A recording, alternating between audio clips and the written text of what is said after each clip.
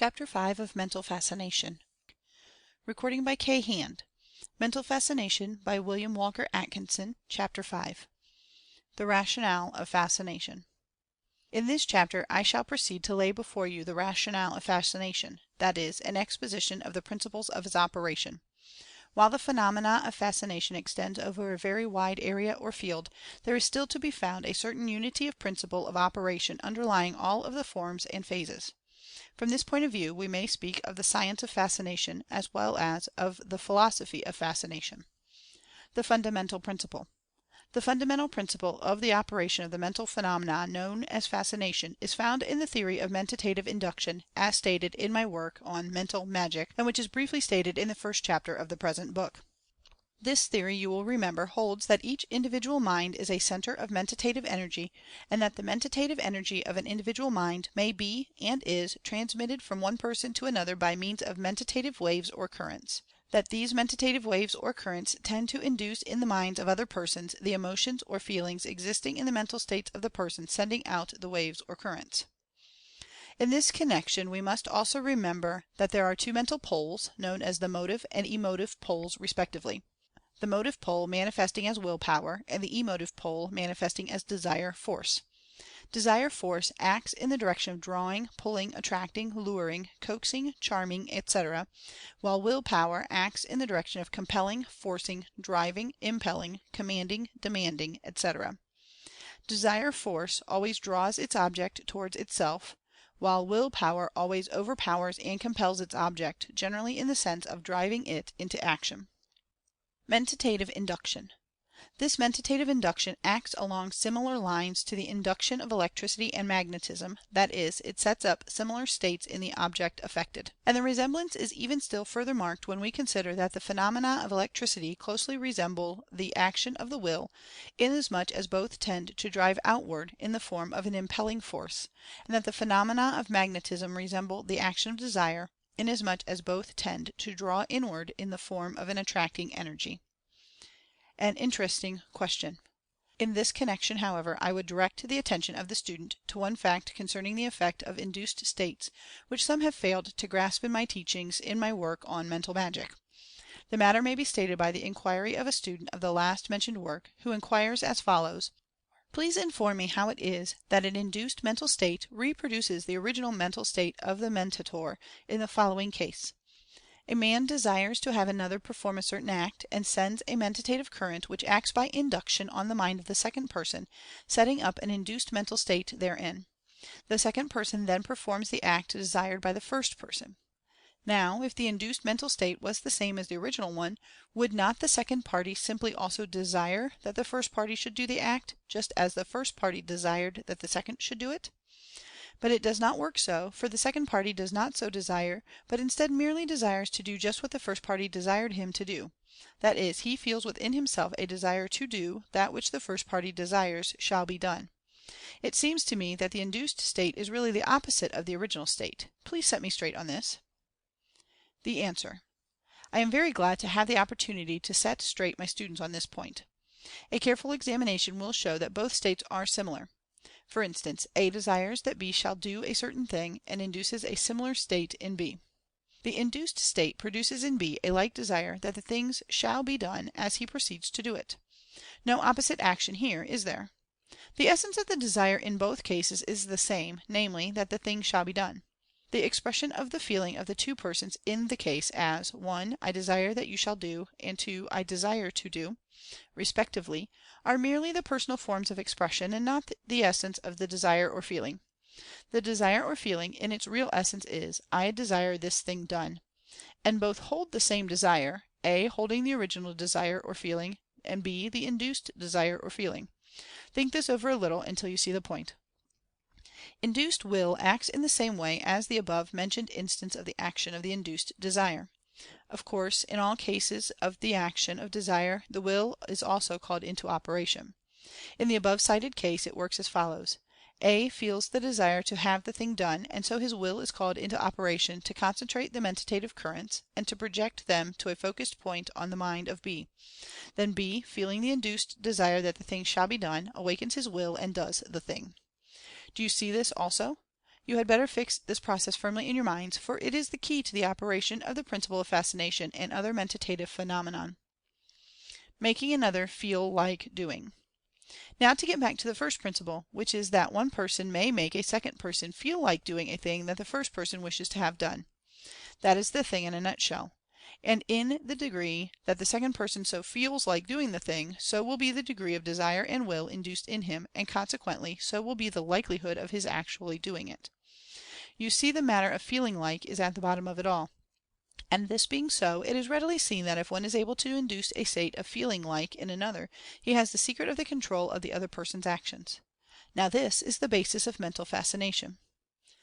Now let us see how this principle works out in a case of mesmerism or hypnotism, so called, which after all is but a phase of Mental Fascination, governed by the above mentioned principle. I prefer the term mesmerism for several reasons, among them being the fact that it is a recognition of Mesmer, its discoverer or rediscoverer, and also the fact that hypnotism means sleep, while mesmerism covers the whole phenomena in both its waking or sleep conditions. A case of mesmerism. Well, let us suppose a case of mesmerism. The mesmerist, whom I will call the operator, faces the subject. The operator assumes a positive state of mind, his will power being active and concentrated, practice having improved him along these lines. The subject naturally assumes a negative mental state, opening his emotive mental pole to the influence of the mind or will of the operator, and allowing his motive mental pole to remain quiescent or relaxed. That is to say, he opens his desire mind to the influence of the operator, and lets his will remain inactive and relaxed. The operator desires and wills that the subject be influenced, and the subject agrees, consciously or unconsciously, to be so influenced. One wills, and the other is willing, which latter paradoxical expression means that he is not willing. The operator naturally asserts his positivity, while the subject assumes a decided state of negativity. One asserts a supremacy of will, and the other submits. I would call your attention to the fact that there is no physical compulsion or influence in the matter; it is all a matter of mentation. And both parties fully recognize the reality of the phenomenon. The silent conflict. The above relative mental state of the two persons is apparent in a greater or lesser degree whenever two persons meet. One is always stronger mentatively than the other, and a silent conflict ensues from which one or the other emerges a victor, and the result is recognized and acquiesced in by both victor and vanquished.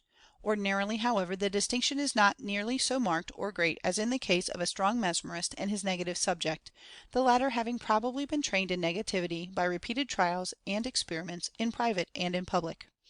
For know you, that even as positivity may be cultivated, developed, and strengthened by practice and actual performance, so, alas, may negativity be encouraged, developed, and made habitual by a continued practice of giving in to the will of another or others. It is all a matter of habit. Positive and negative. It will be seen at once that given a subject and operator bearing the stated degrees of relative positivity and negativity, the subject will have a tendency to accept and obey the wishes and commands of the operator with a minimum degree of resistance. The operator will strongly wish the subject to feel in a certain way, and to act upon the feeling. To accomplish this result, he will concentrate his desire by his will, and then direct a combined and focused attack on the mind of the subject. He is likely to call Suggestion to his aid in the attack, for by so doing he is able to obtain an additional advantage, for a Suggestion, as I have stated in my work on Mental Magic, is a physical agent inducing mental states, or an outward and visible sign of an inward feeling or mental state, which tends to induce a similar feeling in the mind of accepting the Suggestion. The Suggestive Command. The operator gives the subject in the Suggestion by command, and in accordance with the phrase of suggestion known as Suggestion through Obedience. See my work on Mental Magic. The subject obeys. It must not be forgotten, however, that the Suggestion is merely the outward symbol of the inward mental state of the operator, and becomes effective only by reason of this fact. The operator throws his intensified desire force and will power into the Suggestion, and receives an effect along the line of the threefold activity. With his will he produces a dual effect, i.e., 1. He captivates the desire of the subject, and induces in it the desired feeling like state. 2. He takes captive the will of the subject, and subjugates it to his own. And at the same time, by his desire he also produces a dual effect, i.e., 1. He induces a similar desire in the mind of the subject by mentative waves or currents, and 2. He allures or seduces the will of the subject by the strength of his desire. The result of this combined attack causes the mind of the subject to act as follows, which adds a third dual effect to the operation, i.e. 1. The subject's desire, being induced as stated by the operator, acts to influence his own will, thus making the latter fall in with the induced desire. 2. The subject's will, controlled as stated by the operator, acts upon its own desire, thus making the latter fall in with the seduced will. It must be remembered that the three mental operations above mentioned are concurrent, that is, they act at the same time, and exercise joint action and control upon the mind of the subject. And neither the operator nor the subject are necessarily conscious of there being three dual actions under way. The operator simply desires and wills, with or without suggestion, while the subject simply feels like, as before stated, and accepts the suggestion if one is given, without recognizing the various mental operations going on to produce the feeling like. The detailed explanation may make the operation seem complicated, while in reality it appears to both the operator and subject as quite a simple matter indeed. The daydream state. The above process is the same whether the operator merely produces the simplest result upon the subject, or whether he secures the most remarkable and startling exhibitions of the control of one mind by another. The principle of operation is the same in all cases. With sleep or without sleep, it is the same. In fact, as we shall see, the very sleep condition is produced just as are the other effects, and its production merely tends to produce a daydream state in the subject, and thus makes him act in a daydream-like manner, with appropriate illusions. Sleep phenomena are merely one of the side issues of mesmerism when the true principle is understood. Habit and repetition. Habit and repetition. In our consideration of the operation of mesmerism, we must not forget the part that habit and repetition play in the matter. For instance, the operator may be able to produce only the simplest effects at first trial, but at each subsequent trial, in which he gains more and more control over the subject, and a greater acquiescence and degree of obedience, he is able to obtain a still more marked effect. If you will read my remarks on the suggestion by repetition in my work on Mental Magic, page 120, you will realize the awful force of repetition in habit, as well as the power of repeated statement. This psychological fact is like the operation of the wedge. Admit the thin edge, and each additional blow drives it further in. This works along the lines of both good and evil. Remember, the wise use it to their own strengthening, while the foolish allow it to be their undoing. Beware of the thin edge of the wedge of undesirable habits of thought and action. A psychological law. The mesmerist understands well, often too well, the nature and results of the above mentioned psychological law. He has found out by experience that although it may be difficult to control a subject the first time, it will be easier the next, and so on until perfect control is obtained. And, knowing this, he bends his endeavors to inserting the very thinnest edge of the wedge, understanding that in this he has his hardest task before him. And alas, how many of us know that this same principle is in operation in everyday life, although seemingly having nothing to do with mesmerism? How many of us are able to regret the day of the entry of the thin edge of the wedge? Another point to be remembered is that the subject who is under a fair degree of control does not feel as if he were obeying the commands or wishes of the operator alone.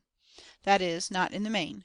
It is true that he instinctively obeys the command of the suggestion, just as a horse quickens his gait when spoken to, or a soldier acts quickly in obedience to orders, etc., etc. But the motive for the action, or feeling, seems to come from within himself to a great degree. It has the force and effect of an instinctive action proceeding along subconscious lines. He seems to want to do the thing of his own accord. This is the dangerous feature. This, then, in a general way, is the rationale of Mental Fascination as shown in its phase of mesmerism, and its corresponding exhibitions along less pronounced lines. If you will acquaint yourselves with these principles of operation, you will have a grasp on the whole subject. In our next chapter we shall have a view of the mental states of operator and subject, which will throw additional light upon the subject before us. End of chapter 5.